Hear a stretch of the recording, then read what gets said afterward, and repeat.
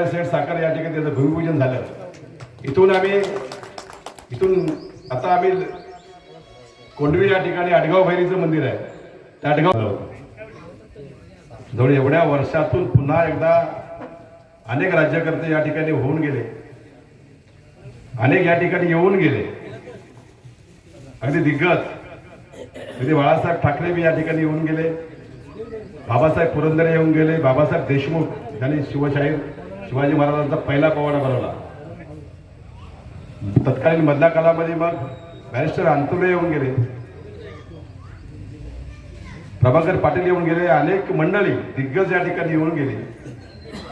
आणि मग आमच्या ग्रामस्थांनी आणि इथल्या या परिसरातील तालुक्याने हे स्वप्न पाहिलं होतं की तानाजी मालुसरे यांचा चांगला वाडा या ठिकाणी व्हावा, इथे शस्त्रसंग्रहालय व्हावं.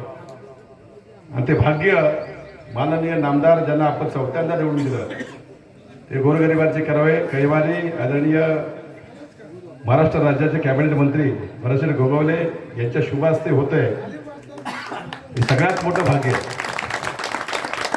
वाडा पूर्ण होईल, मुख्यमंत्री किंवा मोठे मोठे उपमुख्यमंत्री यांना आणून ह्या 2 वर्षाच्या कालावधीनंतर याचं भव्य असं या ठिकाणी उद्घाटनही होईल. आपल्या सगळ्यांना माहिती आहे की उद्धव ठाकरे मुख्यमंत्री असताना त्यांना या ठिकाणी उमरटला आणले होते.